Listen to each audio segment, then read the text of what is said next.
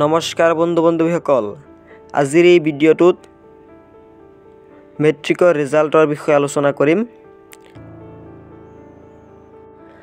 ইতিমধ্যে আমি বিভিন্ন ধৰণৰ নিউজ চেনেলত দেখা পাইছোঁ যে কাইলৈ অৰ্থাৎ 10 এপ্ৰিল তাৰিখে মেট্ৰিকৰ ৰিজাল্ট দিব বুলি প্ৰকাশ পাইছে।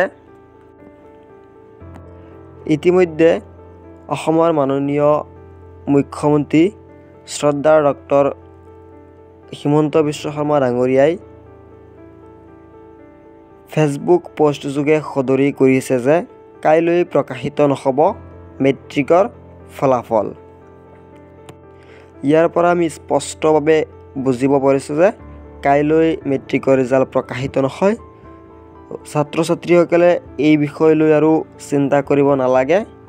বিষয়টো এতিয়া একেবাৰে স্পষ্ট হৈ পৰিছে, কাইলৈ মেট্ৰিকৰ ৰিজাল্ট ঘোষণা কৰা নহ'ব।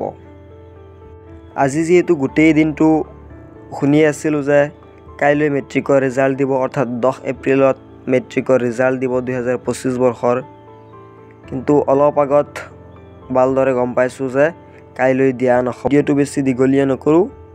যদিহে ভিডিঅ'টো ভাল লাগে চেনেলটো লাইক, কমেণ্ট, শ্বেয়াৰ আৰু ছাবস্ক্ৰাইব কৰি দিব আৰু এনেকুৱা ধৰণৰ আপডেট পাই থাকিবলৈ চেনেলটো ছাবস্ক্ৰাইব কৰি দিব।